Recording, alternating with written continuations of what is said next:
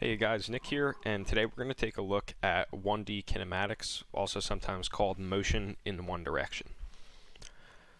As the two titles imply, kinematics is going to be about all things motion. So that's going to be things like how far a car travels if it's moving a certain speed, how fast something has to move to get somewhere in a specific amount of time, or other problems such as how long it takes a thrown ball to hit the ground again. Now, kinematics in 1D is going to serve really as a building block for two-dimensional motion, which we'll cover in the next video. So that'll be things like soccer balls kicked at angles that aren't perfectly vertical or perfectly horizontal, finding how far they go. And topics like that. But you will also use 1D kinematics a lot just by itself. Some examples are in force problems where you find accelerations along a certain line. Now, as usual, there's good news and bad news with this topic. The bad news is that there's a really, really high number of possible problems, and there's a lot of different approaches that you have to learn, and for that reason, as the last point indicates, this is going to be a really long lesson. That, again, is just due to the nature of the subject. I'll try and keep it concise, but at the same time, I'd rather you guys have everything down pat due to having a lot of examples presented than the other way around. Now, the good news is that kinematics is the subject that we already understand best. When we get to forces, it's going to be confusing, like the subject itself. But we at least sort of understand what speed is, and we can visualize things pretty easily. And also, this subject has the least sneaky tricks of really anything that you'll encounter. There's very little, oh, I didn't know you could do that. That's a super special case. There's really only going to be 2 to 3 things to watch out for. And besides that, it's going to be relatively consistent. So you have that to look forward to. And then last comment before we get into it is, for better or for worse, there's going to be a lot of use of graphs here. So don't worry if you aren't too comfortable using graphs. I'm going to take it slow and help us visualize what each graph is saying at each time. Alright, and with that, we'll hop into it. And the first thing we're going to talk about is velocity and velocity versus speed.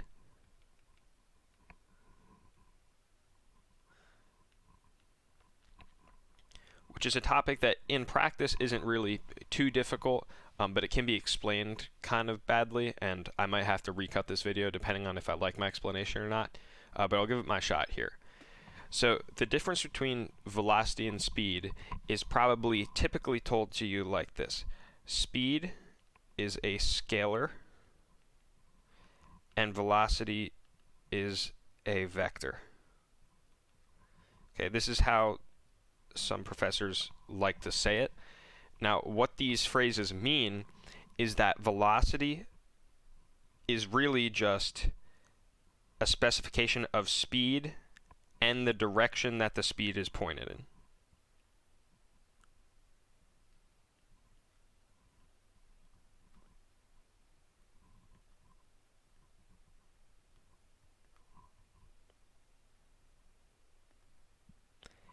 And this is usually done with a minus sign if the direction isn't explicitly told to you. Now, as a quick example, you can imagine if we have our compass right here, if we have like a top-down view, northeast, southwest. For instance, if we had a car driving at a speed of 20 miles per hour, let's say in this direction towards the northeast, you would describe this car's speed by just whatever your speedometer says, 20 miles per hour. So you don't really have to specify at all if you're going quote-unquote forwards, backwards, north, east, south. It doesn't really matter. You just specify what your speedometer reads, and you're done. Now, the velocity of this would just be the speed, and then in addition to that, you attach to it the direction that the speed is going in. So the velocity would be 20 miles per hour, northeast. Okay? Now, I said that you can sometimes indicate this additional direction piece with a minus sign, And this minus sign is going to come up all over the place, so you'll gradually work out a feel for it, but here's just a quick example of what it might look like in a problem. Oops, let's say we're just considering motion to the left and to the right, and we have a car driving to the right at speed 20 miles per hour. Okay, just like before, this car has speed 20 miles per hour,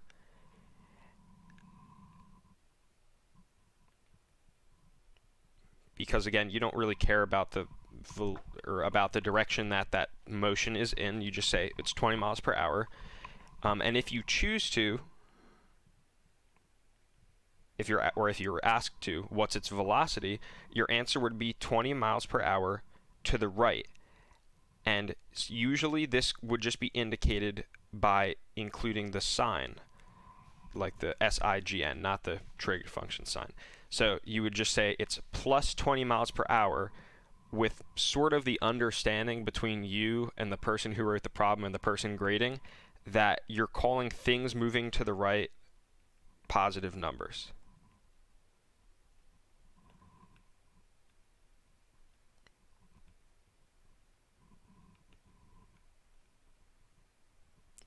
And again, this is just sort of an understanding between you and the problem writer and your professor that you're going to call things that move to the right, you're going to call their velocities positive. You're going to specify that something's moving to the right as opposed to moving to the left by writing the velocity as plus 20 miles per hour. Now, conversely, if you have an object moving this way to the left, let's say also at speed 20 miles per hour, the description would be, as you might have guessed, the speed is 20 miles per hour. Oops, it's pretty ugly. And the velocity this time, you indicate the direction of motion with a minus sign. Okay, so again, this minus sign just reflects the statement moving to the left. And that's really the only difference between speed and velocity, the additional specification of direction when you're giving velocity. Now, obviously, when you're only using plus signs to indicate things, these answers, and by the way, some people don't even include the plus sign, it's just understood that if you're talking about a velocity, that the direction is included from what your sign of your answer was. But anyway, so there really isn't too much difference between speed and velocity. It's just the additional specification of direction, which usually manifests itself in this minus sign for objects moving against what you call positive.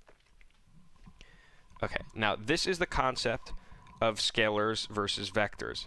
Now, I did like a trigonometry video before, and usually people like to group vectors with that, but it doesn't really have a place there because you don't really know about velocities yet.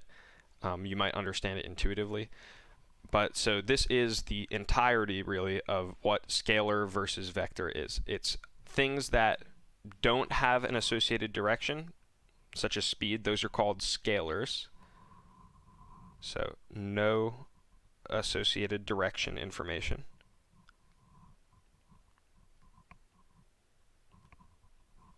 Versus vectors, they also contain a specification of direction.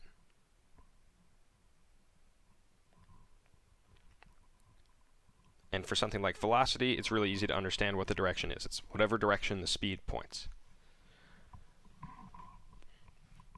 Okay, now with that out of the way, and again, if it didn't make 100% sense to you, you'll get a better feel for it as we do some problems.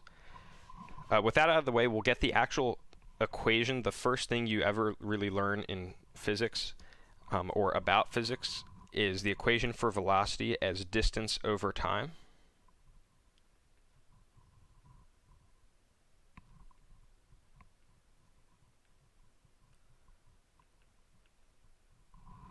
So, for example, if something travels 10 meters in a span of 2 seconds, and let's say it is moving this way along the 10 meters, the velocity would be a distance of 10 meters divided by a time of 2 seconds to give you a velocity of 5 meters per second. Now, I suppose I really shouldn't have written distance, and I should have called this displacement.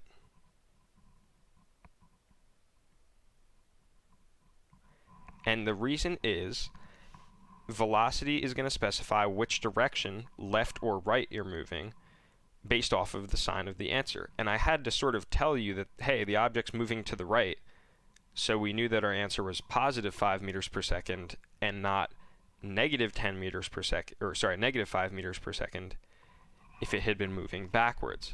So displacement, it's direction, or sorry, it's a distance, but also with the direction specified.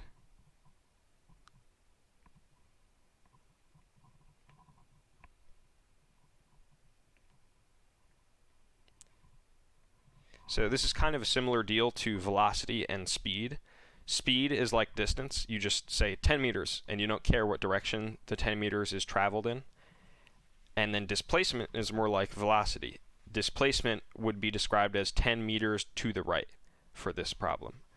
And this is often written as delta x. Okay? And another way to write this formula that I'll put down is this delta x notation.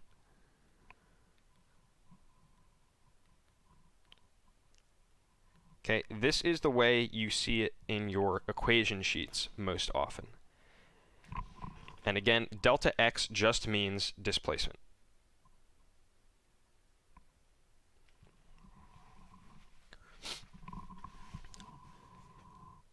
Now, this delta x can also be written in another equivalent way, and that's by realizing that delta x, the displacement, is really your final position minus your initial position.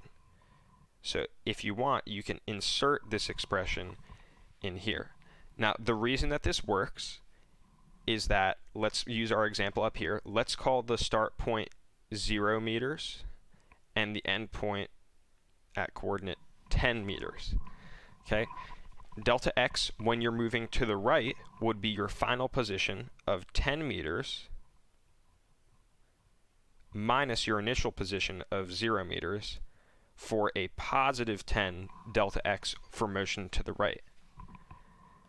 Now, if you're moving to the left, oops, sorry, I'll underline this in red so we know which case is which. If instead you're moving to the left, in that case, your final position is 0, and your initial position was 10 because you started over here on the right. So the answer in this case is negative 10 meters of displacement.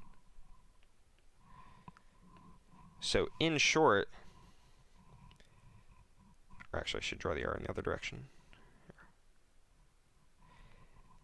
This expression involving the delta automatically encodes the positive or the negative sign.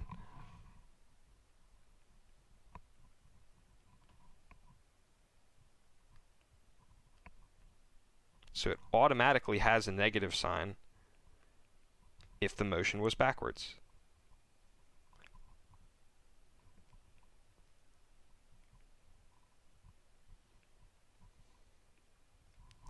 And this is really useful because in formulas, if you don't want to have to by hand insert minus signs, this formula takes care of it for you.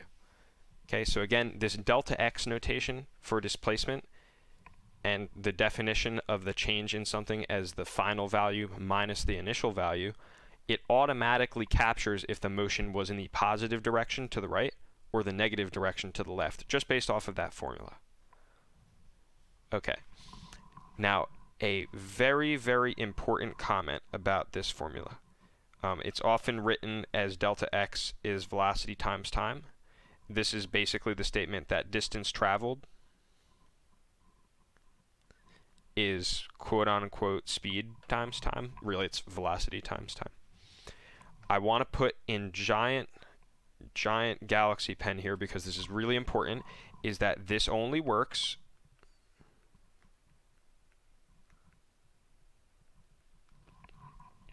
when velocity is constant. So I'll write is not changing. Okay? If there's any sort of acceleration, this formula fails, and you need to use a more general formula, which I'll show you very soon. Okay?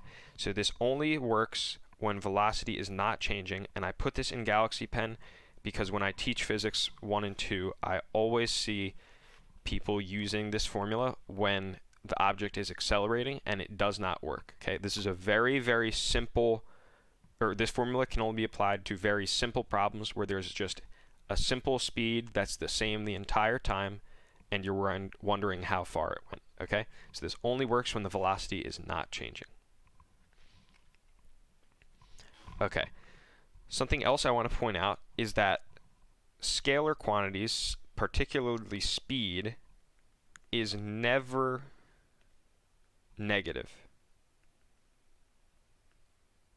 Okay? Never, ever, ever, ever, ever, ever, ever, ever, ever. Ever. Okay, this is a classic test question.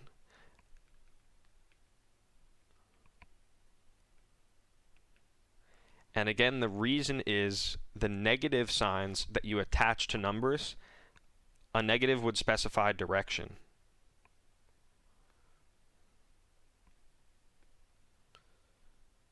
And speed, if someone tells you a speed and it includes a direction, well, they didn't tell you the speed. They told you the velocity instead. So this is worth saying just independently because it's so common.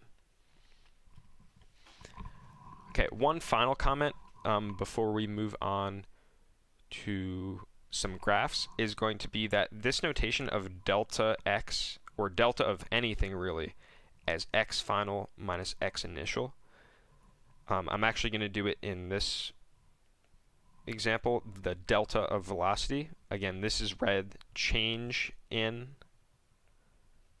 velocity, or sometimes delta for short, but it means the change in velocity. The question that often comes up is, why is it this and not vi minus vf? Now, this notation actually makes sense, and how you can see that it's this way and not the other way is the idea of a change in something is you take your initial and what the word change really means is if you add on the change, you should be getting out your final speed if you've defined this correctly. Right? If you want to call this the change in speed, it had better actually be your change in speed. And everyone knows that if you start with something and then you add on the change, you had better get what the value was after the change. So remember that if you have this as final velocity minus initial, it does indeed equal that, right? You take your initial velocity, you add on to it delta v, which is final minus initial, and after the two initials cancel, you're left with your final velocity. So that means, yes, your definition of delta was correct.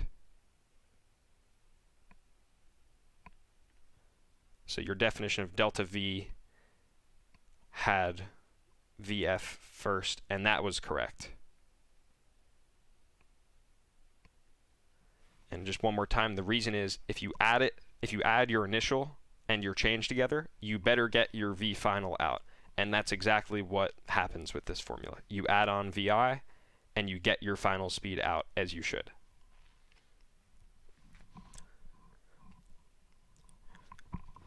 Okay, next I want to talk about velocity in graphs.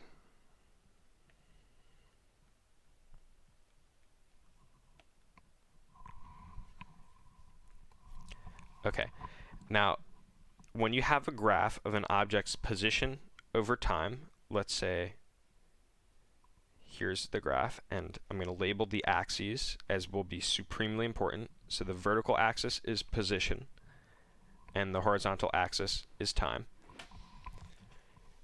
The relation between velocity and this graph, so how do you get velocity out of this graph?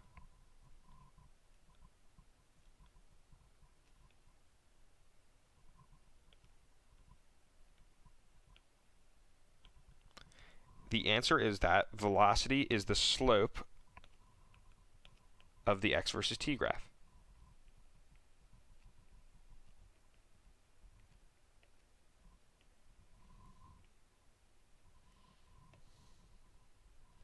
Okay, so in this example, if this line, let's say if we look at it on the graph, and we manually calculate rise over run, if we find that the slope is -3, and that these graphs, or these axes are in units of meters and seconds, that would mean that velocity would equal -3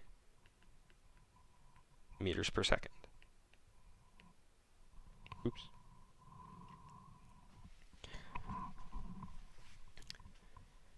Now, I want to really call your attention to the fact that, and actually I'm going to write this in Galaxy Pen, careful of axes labels. It is a classic trick to label a graph with velocity instead of position, seemingly out of nowhere, without telling you or calling attention to it, which is a classic way to get sniped, even if you understand what you're doing. And we're about to do an example that actually might potentially, wink wink, have one of those. So let's go to an example where we're going to be asking about the velocity based off of certain graphs. Oh, and one more final point. If you have a line that is curved,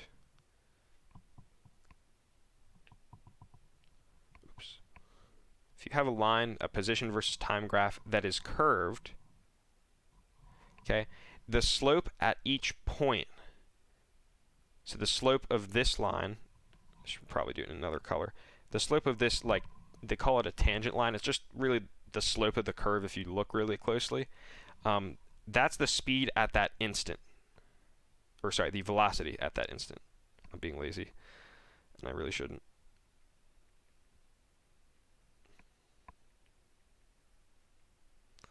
So the slope at that t is the velocity at that instant in time. Okay, now let's head on to examples. Okay. First example is, and this one is straight off of a problem set that my professor gave students I was TAing for last year. Which of the following graphs represent an object at rest? And now, at rest just means it has 0 speed, it is not moving at all. Okay, let's check out the first graph. And by the way, there could be more than one correct answer here.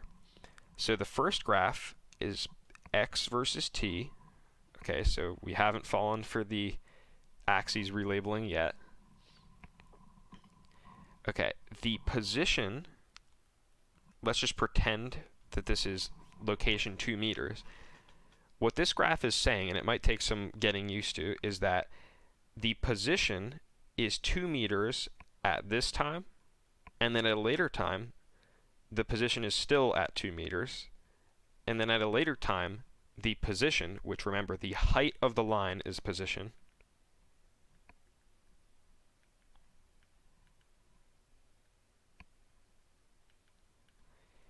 so the height of the line, or the position, is the same at all times. So the object is not moving. So choice A is going to be one of the possible correct answers, or it will be one of the potentially many correct answers. All right, let's go on to part B.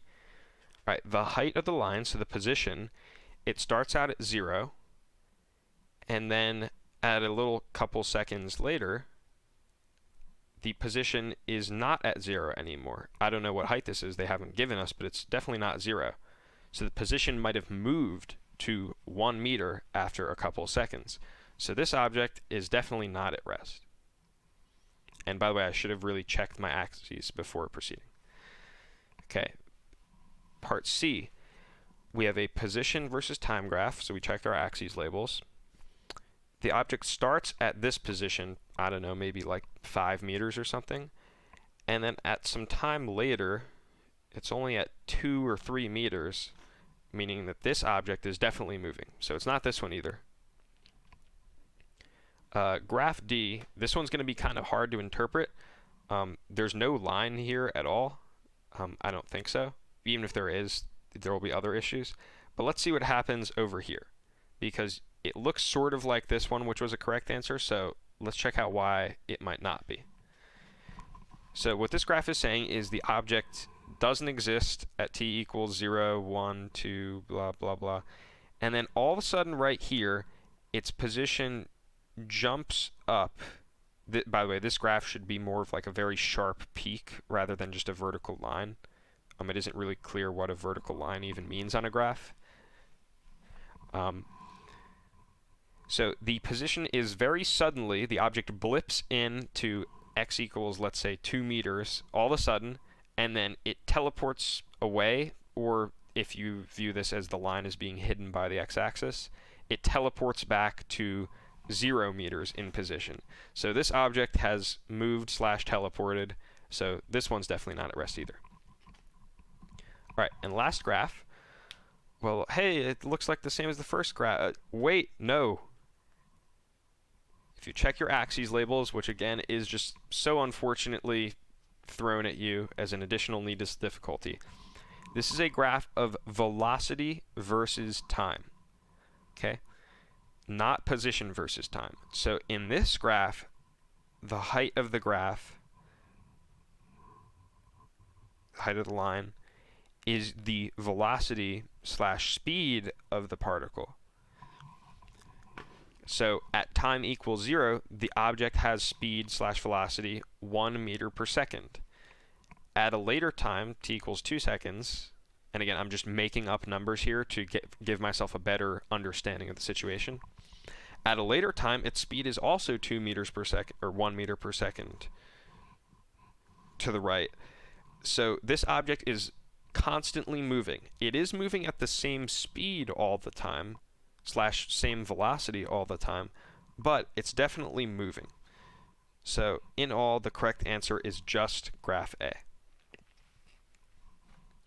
All right, let's hit up another example quick. So here's a graph of position versus time of an object, and we have some times labeled, and we're asked for question A, at which moment is the speed of the object the greatest? Now, remember I told you that velocity is the slope of this graph, right?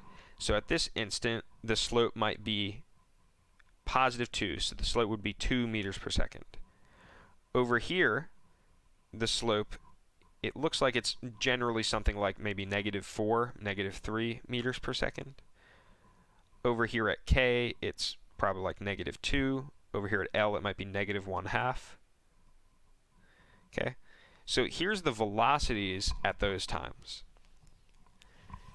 Now, in order to get the speed at those times, all you have to do is ignore the minus signs, right? Because if you tell me the velocity, you've also told me the speed, you just gave me the additional information of whether it was forwards or backwards.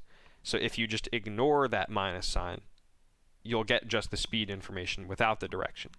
So the speed here is 2. The speed here is not -4, but just 4, right? The velocity is -4. The negative tells you it's going backwards in position. But you can just remove that, and you get 4 meters per second of speed at that time. And similarly here, the speed is just 2, and the speed here is just -1/2. So that tells us that the greatest speed is actually this right here at time j. Okay, and second question, at what moment is the speed of the object 0? Now remember, speed is going to be related to velocity with the sign detached, and velocity is just the slope of the position graph. So where is the slope of the position graph? 0? Well, here it's positive, here it's getting close to 0, and right here actually, the slope is 0, right above point I. Right, so the slope, strictly speaking, tells you the velocity is 0, and then you remove the minus sign, if there is one, to get the speed. So the speed is also 0 above there at time I. Okay, one more example regarding speed. So here we have a graph, and first thing we do is we look carefully at the axes labels for a second. Oh, alert, this is a velocity graph versus time. This is not a position graph versus time, so we need to be really careful about that. And the question is, what is the speed of the particle doing over this time? Now, it's always a good idea to just check out specific points and see what trends are happening. So here at time equals 0, the velocity of the particle is, remember, this is not the slope now because this graph is a graph of the velocity. So the height of the line is what tells us the velocity, not the slope.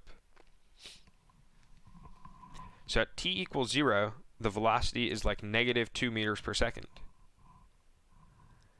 At a later time here, the velocity is like negative 1 meters per second.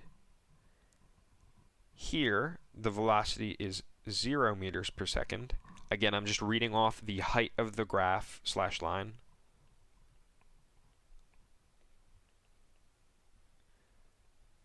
Because this is a graph with v on the y-axis, not x. If it were x, I would be looking at the slope at each point, like in the previous problems, but it's not. Okay, at time 6, the speed is like 1 meter per second positive now, and at time 9, it's 3 meters per second positive. Now, we're asked what is happening to the speed. So the velocity is going up and up and up and up, but we need to check what's happening to the speed. So the speed here starts at 2. Again, not negative 2. When you're asked about speed, you remove the negative sign. So the speed starts at 2. Then the speed is 1. So the speed has actually gone down at the beginning. Then the speed is 0, so it's still gone down.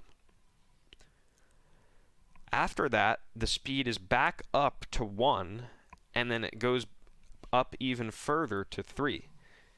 So really here, the speed was actually going down, right? Because you started at 2 meters per second and ended at 0 meters per second.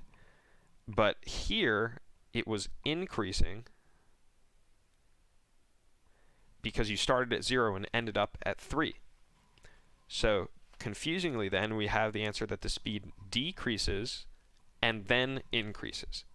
Now again, this weird behavior right here from what looked like a straight line was because the question asked about speed and not velocity. Okay. That'll do it for the slope-related examples, or the simple graphs. There's another relation I want to go over regarding velocity in graphs, and it's that change in position,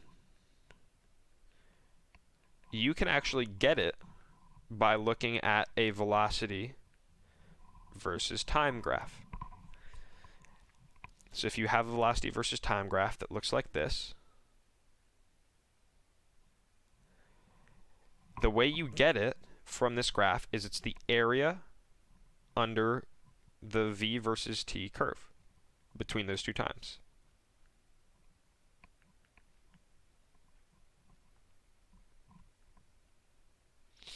Now, if you're in calculus-based physics, you'll know that you can actually find this area even if the shape isn't nice. But for non-calculus-based physics, the graphs you're given, and we'll have an example with it, will always just be nice triangles, rectangles, trapezoids. So anyway, this is another important formula that you'll be asked about frequently. How do you compute the change in position from a velocity versus time graph? Well, the answer is it's the area under the v versus t graph between those two times. And a quick comment here is it is the signed area, meaning that when the line is below the axis,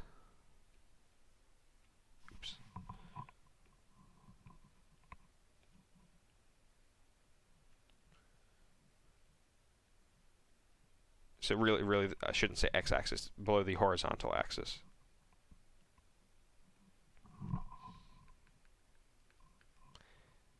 the change in position will be negative.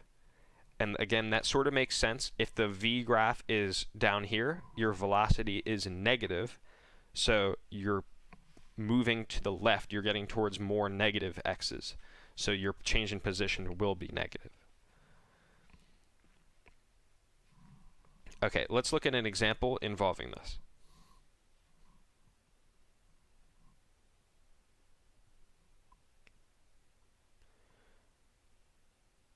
Okay.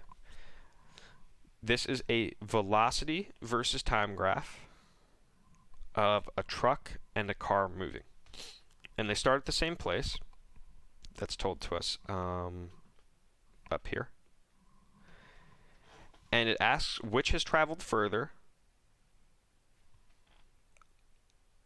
by this point.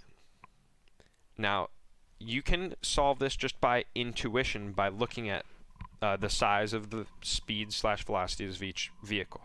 So at this point, the car is going slower than the truck because the height of its its velocity line, is lower than that of the truck. Here, the truck is still speeding along at 50 miles per hour or whatever. The car is speeding up slightly. It's going like 40 miles an hour, but it's still not going as fast as the truck. And finally, by here, the car is going the same speed as the truck, but the truck is already way long down the road because it's been going faster the whole time. So obviously, the truck will move faster, will have moved further than the car because he's been speeding the entire time, and the car started off going slow while the truck got a head start. Now, the way you would do this with the more formal thing of area is that the distance that the car traveled is this area right here, right? The area under the v versus t graph tells you the displacement. Whereas the truck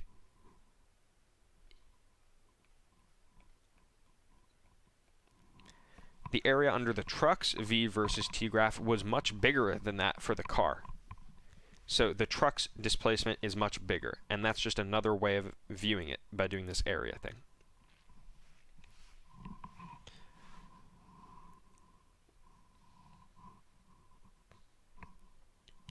Okay.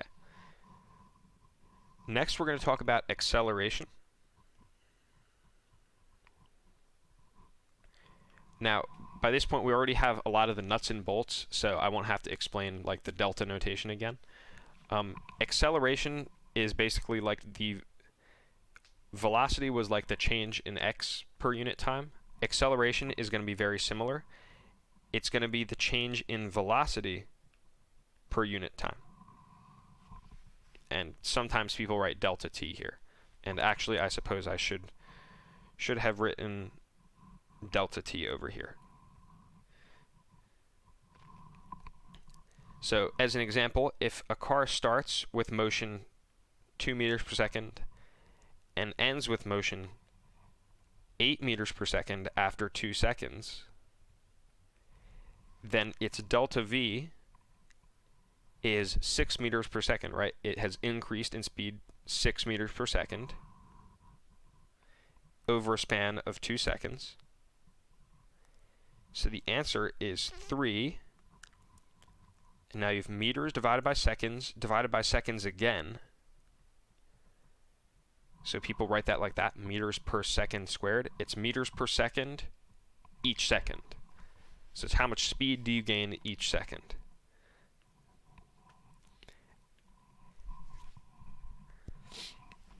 And in standard using the delta notation, again, we got delta v by doing v final, which was 8, minus v initial, which was 2. And also, just like before, it is possible for accelerations to be negative. For instance, if your speed starts as 20 meters per second to the right, and it ends, I should be making these arrows to size, and it ends as 2 meters per second to the right over 9 seconds. Let's compute what the acceleration is for the setup.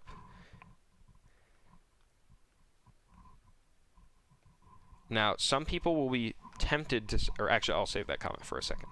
or for after we're done. All right, delta V, remember, is just the change, or it's V final minus V initial. So here, V final is 2, and V initial, the starting speed, was 20. And this occurred over a delta T, so T final was 9, T initial was 0.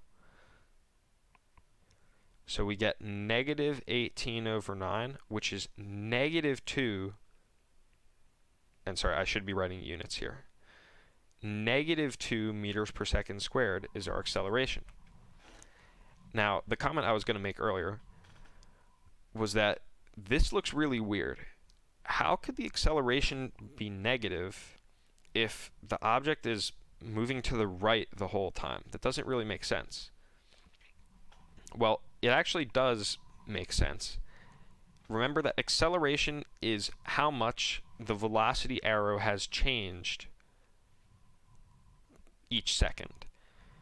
And what this is saying is that each second, the velocity arrow gets 2 more to the left compared to what it was before. So after 1 second, this 20 meters per second arrow has shrunken down to only 18 meters per second. And after 2 seconds have gone by, it has become more to the left. So it's shrunken because it was originally pointing to the right. It's shrunken by an additional 2 meters per second. So after 2 seconds, the object's only going 16 meters per second to the right. And after 9 seconds of this arrow getting shortened, the arrow is a measly 2 meters per second, but still pointing to the right. So this is, again, roughly saying velocity arrow points more and more to the left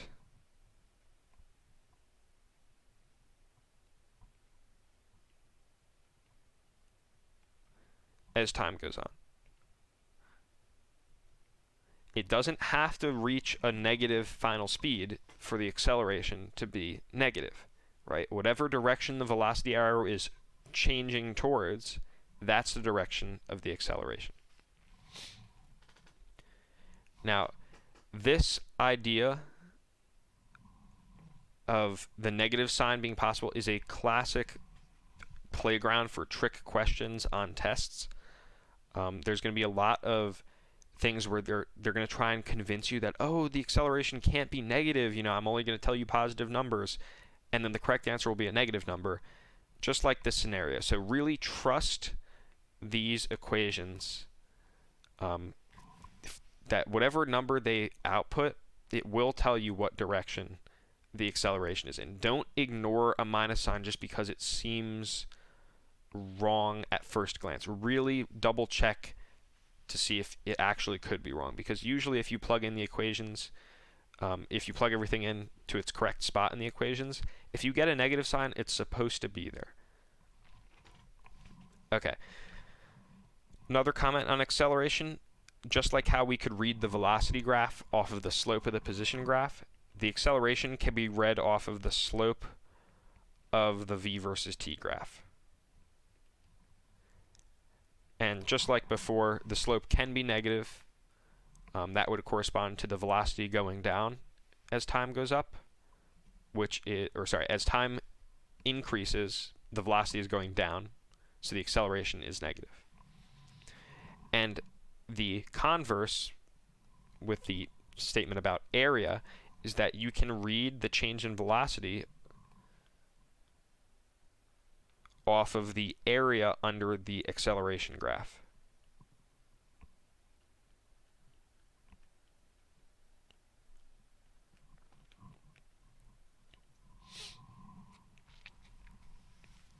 All right, let's do an example to this end. Okay. Let's see. He starts from rest, so his initial speed is 0. And we're asked, what is his speed at this time right here?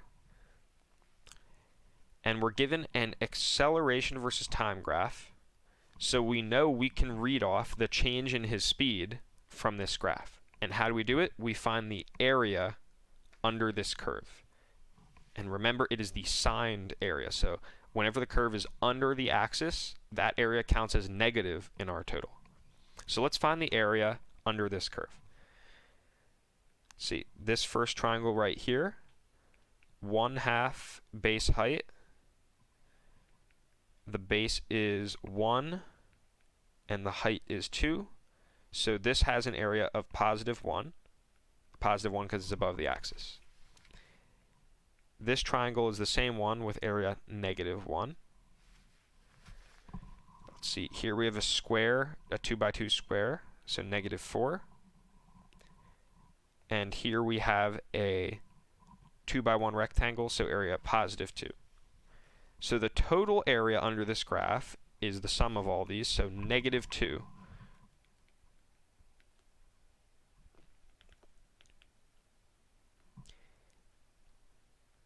Okay, and this is in units of meters per second, right? Because the area under the A versus T graph is a change in velocity. Alternatively, the area involves multiplying these heights, which are meters per second, times these widths, which are in seconds. So the total area is -2 meters per second. Now, how can we use this to find the final velocity? Now, if he started at 0, and this is his change in velocity from 0, then obviously his final velocity is -2 meters per second, and that's the answer. However, let's see how we can do this with pure, like using the equations and the deltas and working it in case you encounter a really hard example in the future. So the way you would do it is that you'd write delta V is the area under the graph. Okay. Now delta V is V final minus V initial.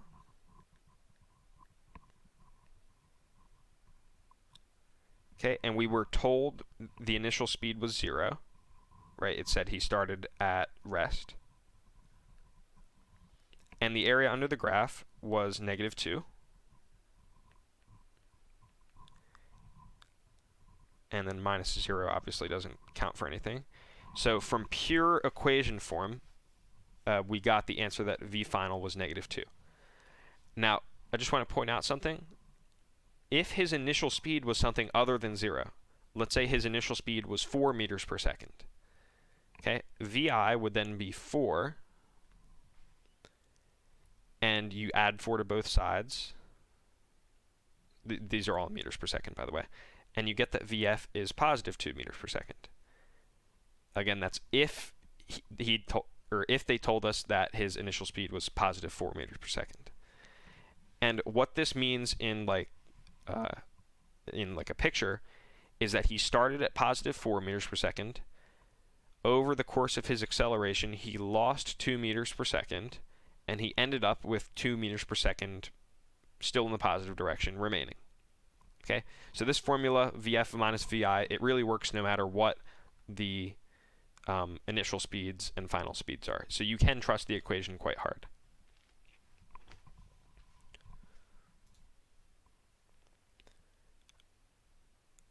Okay, next thing I'm going to cover is gravity. Oops.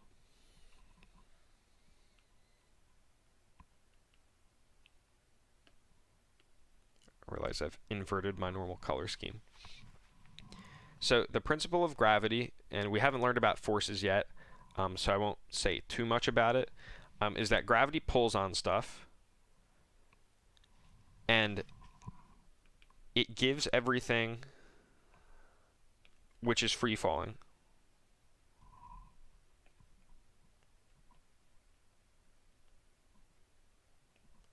with no air resistance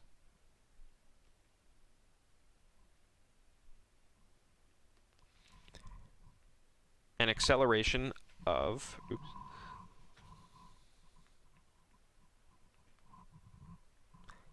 9.8 meters per second squared downwards. Okay, I'm going to put this in Galaxy Pen because it's a very important thing that you'll be using throughout the course. So this is the same statement that, like, if you have a kilogram of bricks and a kilogram of feathers and you drop them and there's no air, they each fall at the same speed. Now, in the real world, the feather picks up a lot of drag force from the air, so it floats. But when there's no air, imagine if you drop like a pencil straight down. They both fall at the same rate. Specifically, they both accelerate at the same rate. Now, the specification of the acceleration is pointing downwards is pretty important, and I'll write that usually this is indicated with a minus sign like usual, sort of like how in the past things pointing to the right were positive, things pointing to the left were negative. Traditionally, people call things going up positive and things pointing down then negative. So usually this is indicated by a negative sign in front of the 9.8. But understand that just means it's pointed down. And sometimes you might choose to call things which point down positive and things which point up negative. And in that case, the acceleration would be positive 9.8. Just remember to keep yourself straight no matter what the situation, that this negative sign, if it's written, usually means it's pointed down. Or actually, I should clean up that notation. On equation sheets, acceleration due to gravity is usually written like this.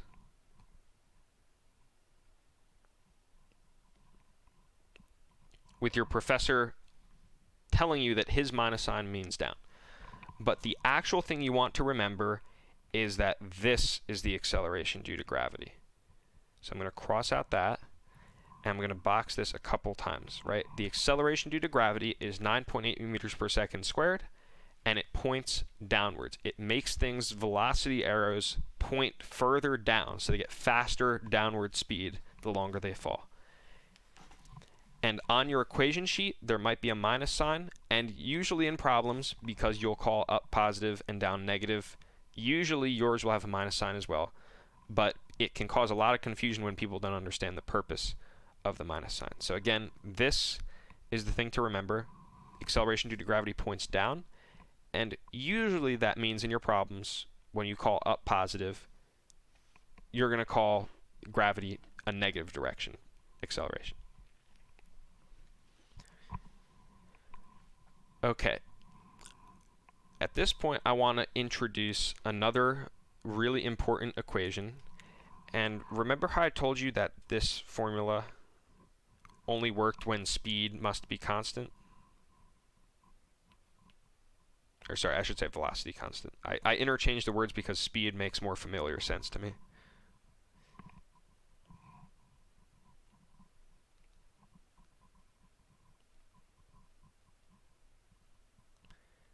Now, gravity makes things accelerate. The speed is not going to be constant as the object falls. So the question is, how do you understand how things move under gravity? And the answer is that this equation generalizes when there is acceleration to this. So it's the initial equation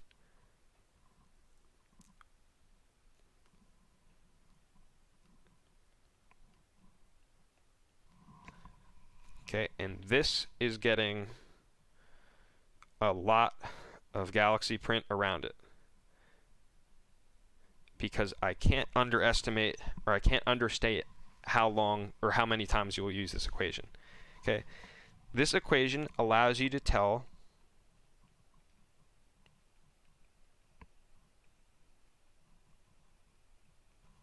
how far something has moved even when the speed is changing over time.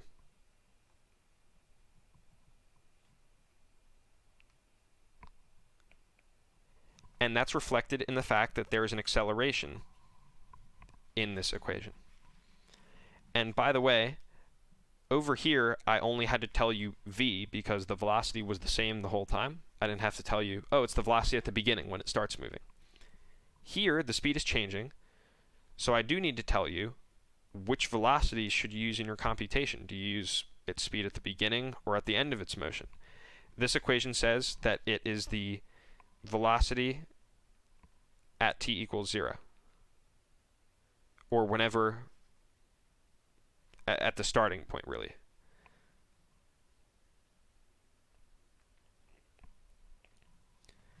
Okay, and again, this tells you how far the object moved.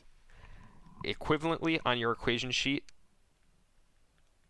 some professors will write out delta x like this, and then they'll add initial x to both sides to get this equation. Okay, understand that these guys are the same equation. One has delta x written out. Oops, sorry, this one has delta x written out and broken up, and my equation does not. Either one is just fine. Okay, let's do a quick example with this. Let's say we have an object thrown to the right. Or sorry, let's say a car is driving because it can accelerate. It's more intuitive.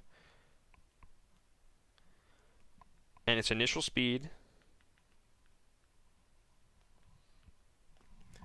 is 2 meters per second, and its acceleration is 3 meters per second squared. How far has it traveled?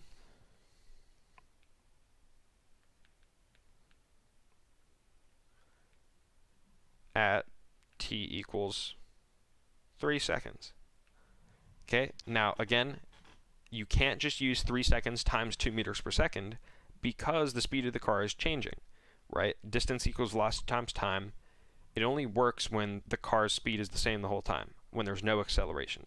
Here there is. So we need to use our handy-dandy formula, and it's that the distance traveled is the initial speed times the time that it goes for. By the way, some people write this as delta t. Usually t is assumed to have a delta in front of it because it makes no sense for you to have an absolute time. Like, what would the time now be? 10 billion zillion seconds since the start of the universe? So usually t has delta assumed with it. Okay, so we write out our equation. Our initial speed, vi, is just 2. Our acceleration is 3 meters per second. And our time is 3. So this becomes 3, and t squared becomes 9. So it's 6 plus 27 halves. And I picked bad numbers. So it's 39 halves is how far the car traveled. And again, that's just substituting numbers into this formula, recognizing that I can't use this formula. I have to use this better one. I'm going to call this, by the way, the master formula, because it works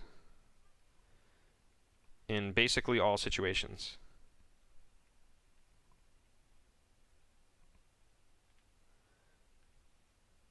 Only exception is when acceleration is not constant, such as the graph that we just dealt with where the acceleration was changing over time. And it even has a fail-safe, this equation.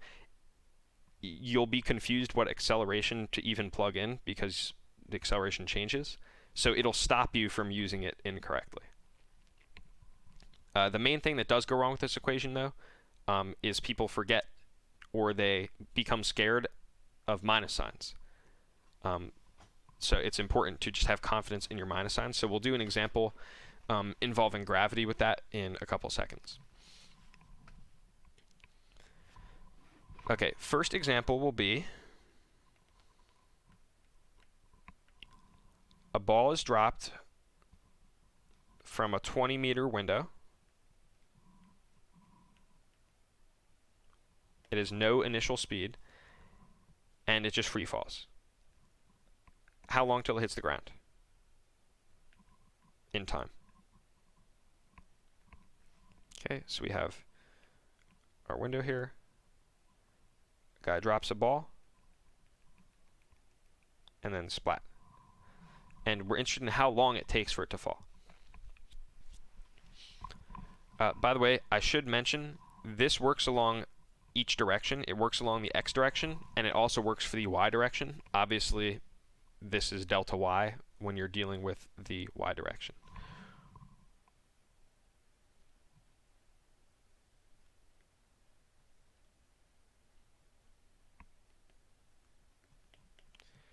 The only difference is that your initial velocity, it's just your initial velocity in, let's say, the y direction. And instead of using your total acceleration, if your acceleration points in multiple directions, you only use your acceleration that has you only use the vertical part of your acceleration in this equation when you're trying to figure out how vertically far something moved. Okay, so let's address this question right here. And again, what's going to be tricky here is the minus signs, because we have things pointing down, things moving down. We need to be really careful with our minus signs.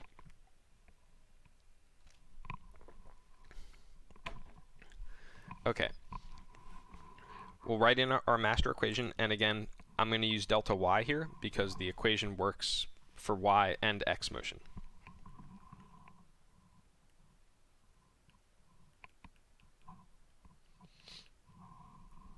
Okay. All right, our initial speed is 0 along the y direction because the ball was just dropped.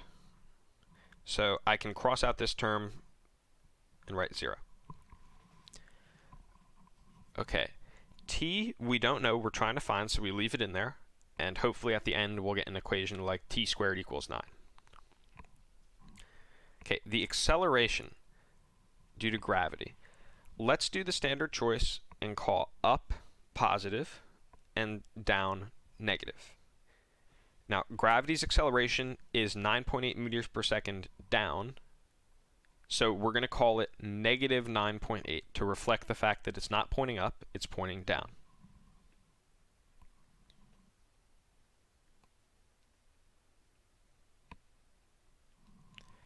Okay, and what is delta y? So delta y, remember, is y final minus y initial.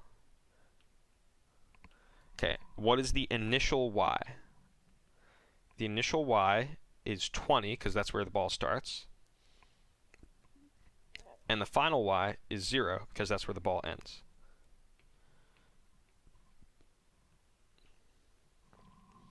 So once we've discarded all these annoying zeros and cleaned up our equation,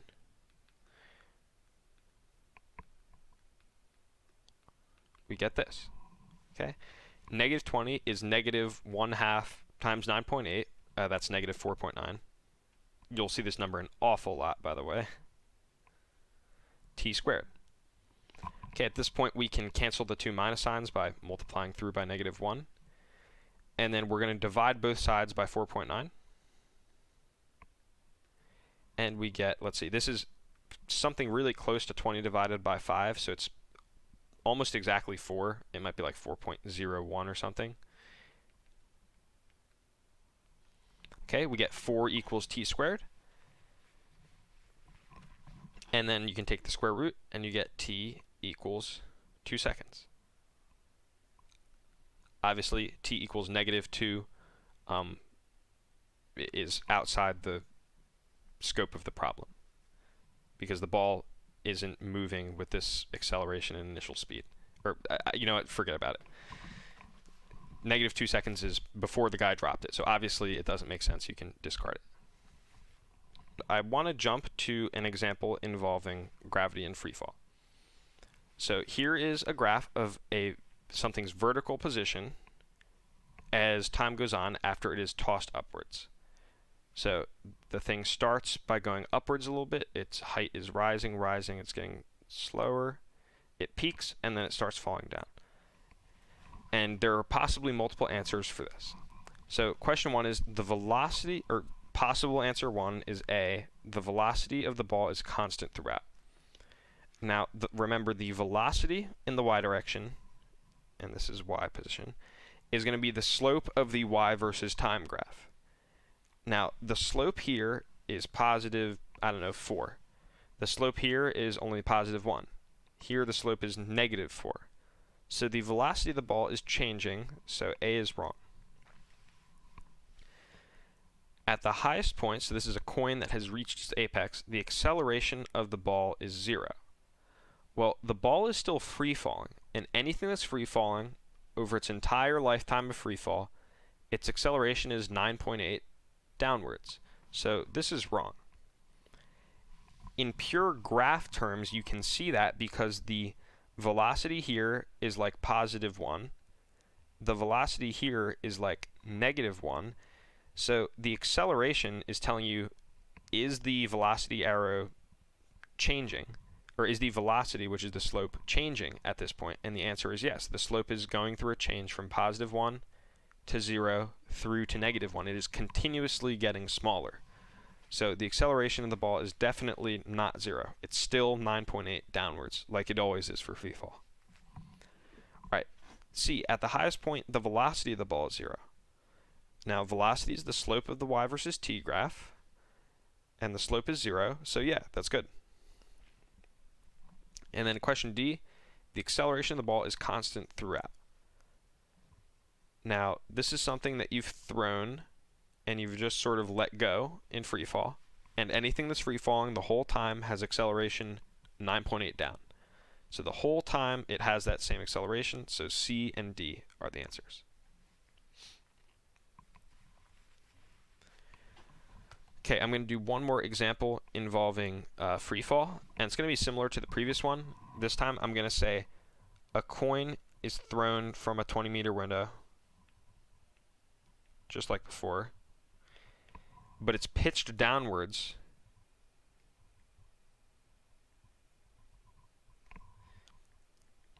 at v equals 2 meters per second. How long till it hits the ground? Okay, now as we'll see, this will be a little bit more of a dirty problem because you'll see we'll need to use the quadratic formula. So we quickly draw our diagram. Here's the window. Here's the ball. Okay, and the ball falls like this, but it's pitched downwards now, so there's an initial speed pointing down. As usual, we'll call things that are up positive and things that are down negative. Okay, and our master equation, remember we have to use the acceleration one because the speed of the ball is not the same throughout. Okay, now let's see. Acceleration in the y direction, remember gravity's acceleration is 9.8 down, so that's going to be 9.8, but it's negative because it points down. Okay, what's the initial velocity? Now, it's told to us that it's 2 meters per second, but it's thrown in the downwards direction. So is that velocity going to be plugged into our equation positive or negative 2? Right, it's going to be negative 2, right? Because I suppose they maybe should have called this speed 2 meters per second, and it's pitched downwards with a speed of 2 meters per second. So it's sort of an abusive notation, so I don't blame you if you picked positive. But anyway, it's a speed of 2 meters per second being launched in the downwards direction. And remember, putting a minus sign in front of something is required to indicate which direction it points. So VIY, I'm going to plug it in as negative 2 here. Okay, delta y is y final minus y initial. And just like before, y initial is 20 and y final is 0.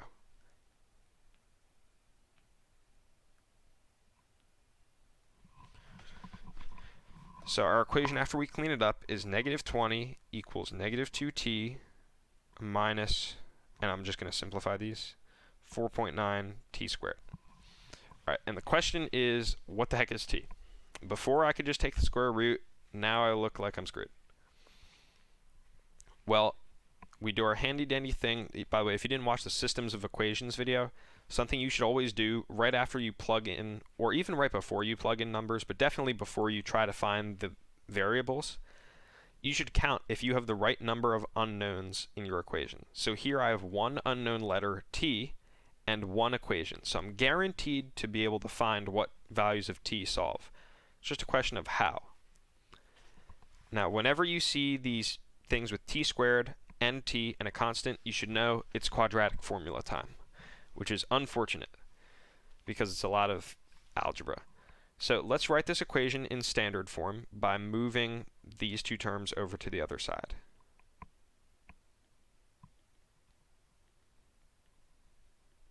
Okay, so this, how you find what values of t make this equation true, right? If I plug in one number for t, I'm going to get that this side equals 2.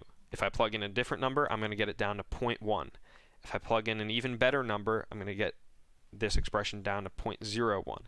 And if I plug in just the perfect value of t, I will get that this equation equals 0. How you find those is by the quadratic equation. It'll tell you what values of t, when you plug them in, have this expression right here spit out exactly 0. And those are the times we're searching for.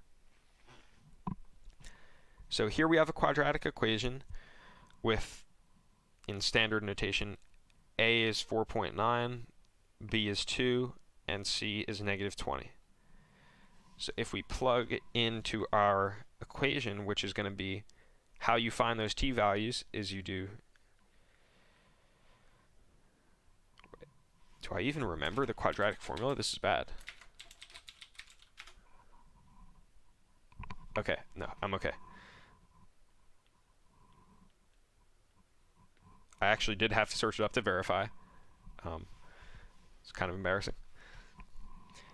Okay, remember, all this is doing is you're hunting for these magical values of t that make this left-hand side equal 0, and this equation tells you what values of t they are. So all we have to do is plug in what a, b, and c are, and we'll get our two numbers for t. So negative 2 plus minus square root 2 squared is 4. Remember to plug in the negative signs if you have them for a, b, and c.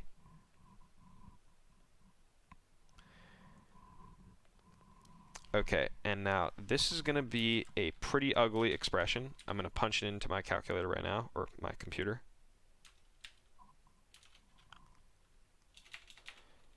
Let's see. Square root of 4 minus 4 times 4.9 times negative 20.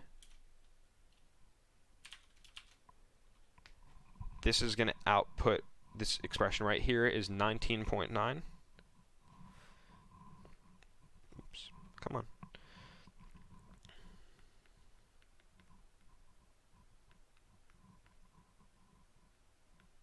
Okay, now there are two magical values for t, but one of them, where we take the minus sign, is going to be negative, which is not really part of our problem, so we discard that, and we only worry about the positive sign.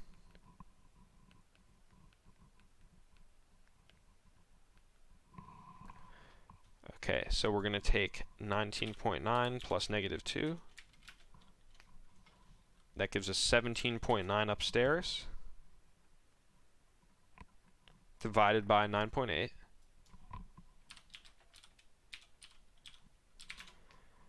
And that gives us 1.83. So 1.83 is this magical value of t that makes this equation true, which equivalently is the time that when you plug it in gives you exactly the ball has moved 20 meters by this time. So that time is exactly when the ball touches the ground. So that is our final answer. Instead of 2 seconds like we had in the previous example, which I think I erased, it gets there slightly faster because the person chucked it downwards. Now, just a quick comment, if the person chucked it upwards instead of downwards at 2 meters per second, the only difference would be, instead of the initial speed being negative 2 pointing down, we would plug in positive 2. That would mess with our equation here, would make this negative instead, so we'd get a slightly larger number for t. Excellent. Okay, one final equation and problem type before we wrap up. I know this has been an extremely long video, so thanks for sticking around, and hopefully it has helped out. Is something that is really a secret weapon.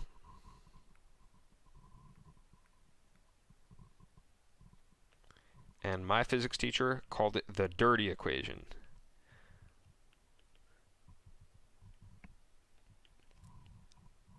Because it does you dirty if you don't remember it. And the dirty equation has to do with the fact that most of our methods so far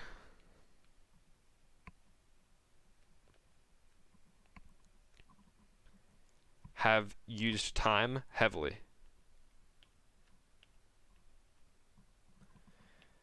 But the question is, how would you answer a question like this?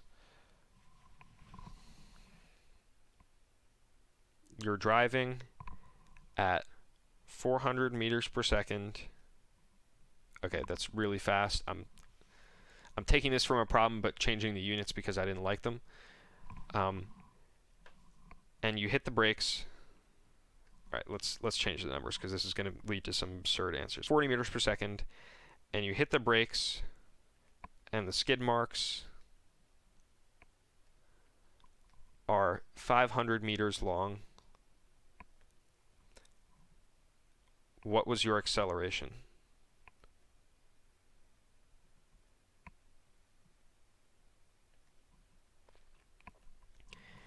Now, you would try to find acceleration at first glance from the acceleration is delta v over delta t, but you run into the issue that you don't know your final velocity.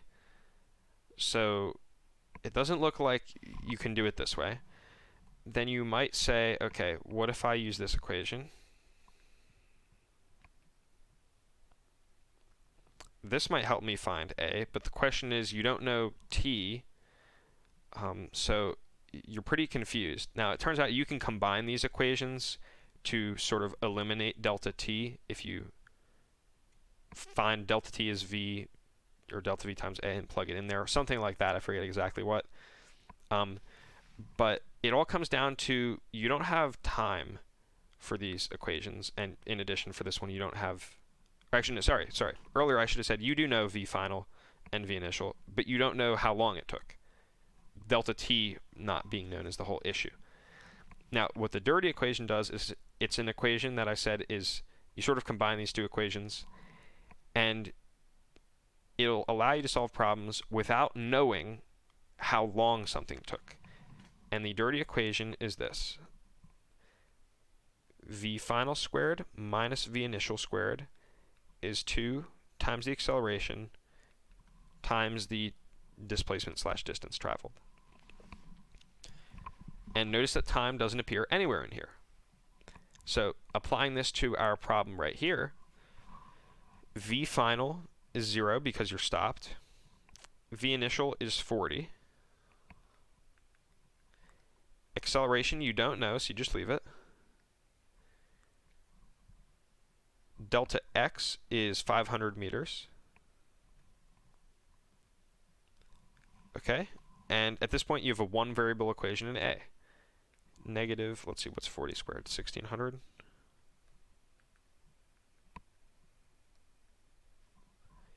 So A equals negative 1.6 meters per second squared after dividing through. Notice how easy that problem was made because of using the dirty equation. So I'm going to put this in Galaxy Box and use this when delta t,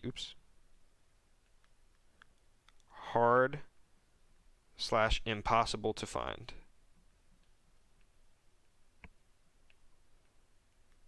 Or just when this equation is easy. You don't have to use this as only your last resort. This is a very useful equation.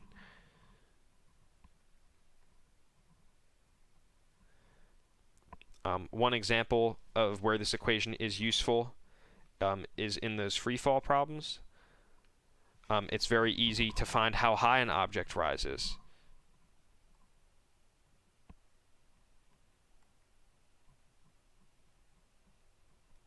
without intermediate steps. Yes, you can find how long it takes the acceleration to reduce the velocity to 0, and then plug that time into the master equation and find how high it went. But you could also just use the fact that at the top of its arc, the ball's speed is 0, and you know that acceleration is negative 9.8. So the height that's given out, if someone tells you an initial speed, you just plug it in and you instantly know what delta y is. So that's just one example of where the dirty equation is useful. Okay, we're going to do one more example of the dirty equation, and it's that. All right, a tourist throws a penny off the Empire State Building, which has height 381. So here's my super crude Empire State Building. And a tourist throws a penny off of this 381 meter structure with downward speed,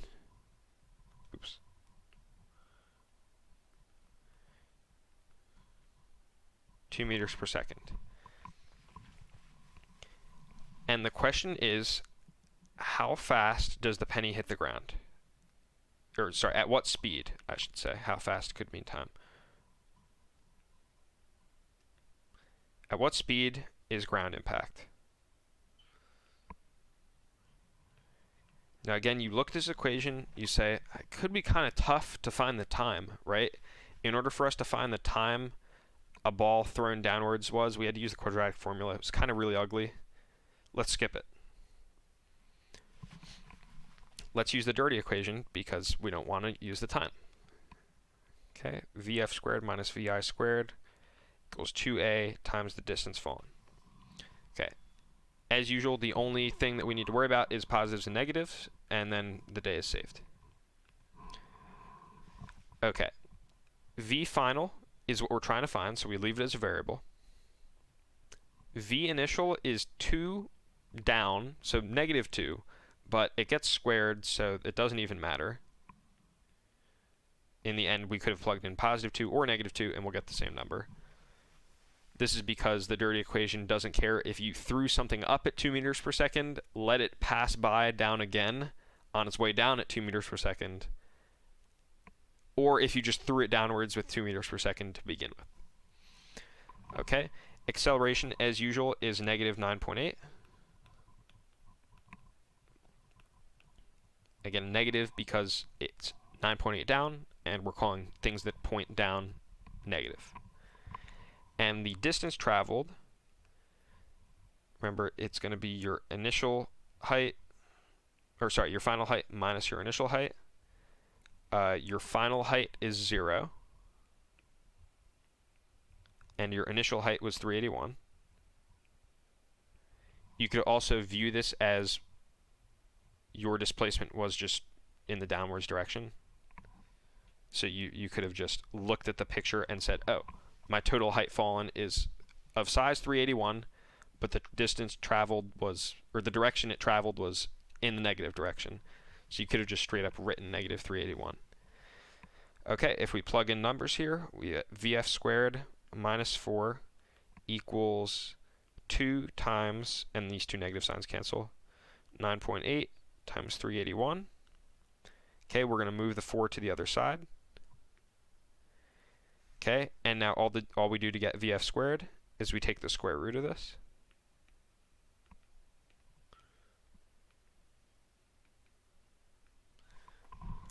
And if we plug it into the calculator, 381, 4, we get an astounding 86.4 meters per second for the speed at impact, which is about 150 miles per hour to 200 miles per hour. So you can do some real damage with the exception of wind resistance. Okay guys, at that point I'll wrap it up. Just as a quick summary of the video, your two go-to equations for kinematics are the master equation and the dirty equation.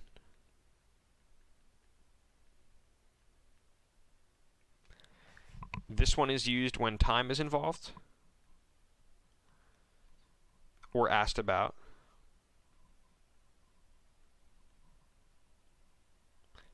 And this one is used when time is annoying.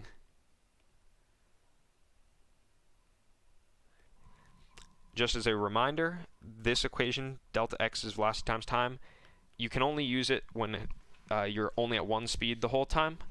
This equation covers that case when a equals 0, right? This term goes away and you recover the equation. This case covers that and more, so this is your go-to. And then we also just have those relations between velocity is slope of x versus t graph,